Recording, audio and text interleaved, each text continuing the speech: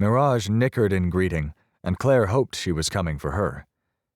Instead, the mare went straight for Esh, nuzzling his hair and lipping his ear. He chuckled and murmured something in a language Clare didn't understand. When Mirage did turn her head, her nostrils quivered. She thrust her muzzle toward Clare's face and opened her jaws. Clare sucked in a frightened breath and stepped back. "She doesn't bat, does she?" Smiling, Esh looped an arm around Mirage's neck to restrain her. "No, but she does love to eat flowers." Esh motioned toward the silk roses decorating the inner brim of Clare's bonnet. "Oh!" She undid the ribbon and hurried back to Verily. Over the fence, she handed her bonnet to her friend. When Clare turned around, she found Esh staring at her, though he was trying not to. She touched her head. "What? Is my hair all mussed?" "Your hair is like honey," Esh breathed. Clare dropped her eyes. Some kinds of honey, I suppose." It was more brown than gold. Had Esh just complimented her? Was he still staring at her? She'd been so thunderstruck admiring his beauty, she'd never dreamed Esh might find something to admire in her. Compared to him, she was ordinary, and she hadn't made any sort of effort this morning. Why on earth had she chosen this old green and brown plaid? Clare's gloved fingers tightened self-consciously on her ugly skirt. She only made Esh pay more attention to it. "Can you ride in that?" "No." It was a hoop skirt, not a riding habit.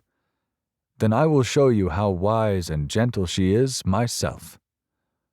Facing her tail, he patted Mirage's right shoulder. "My people, we mount from what you call the off-side.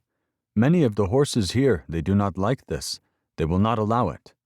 Medusa, Mirage, she let me the first time." With his right hand, Esh gripped Mirage's mane just above her withers. Then, in one faultless, fluid motion, he leapt up, turning his body in the air, and vaulted onto her back. Clare gasped. She'd never seen anything so beautiful in her life. He was as graceful as a ballet dancer. One moment Esh was standing on the ground, and the next he was mounted on Mirage, only the swaying fringes of his leggings and shirt testifying to his flight. Clare wanted him to slide off and do it again. She could watch this man leap onto this horse over and over for the rest of her life and never tire of it. "You see," Esh smiled, "she did not move. She learns quickly. Unless she sees a flower she wants to eat, she always obeys, and every gait is smooth. She is a joy." Without a word or a kick, seemingly without a signal of any kind, Esh asked Mirage to walk, then to trot. They began circling the paddock around Clare, cantering now, Esh holding his seat with nothing but supple balance and a handful of mane. As they flew, man blended into horse, horse into man, his agile legs melding into her powerful sides, her mane flowing into his horsehair and buckskin shirt. Clare understood why the Greeks had believed in centaurs.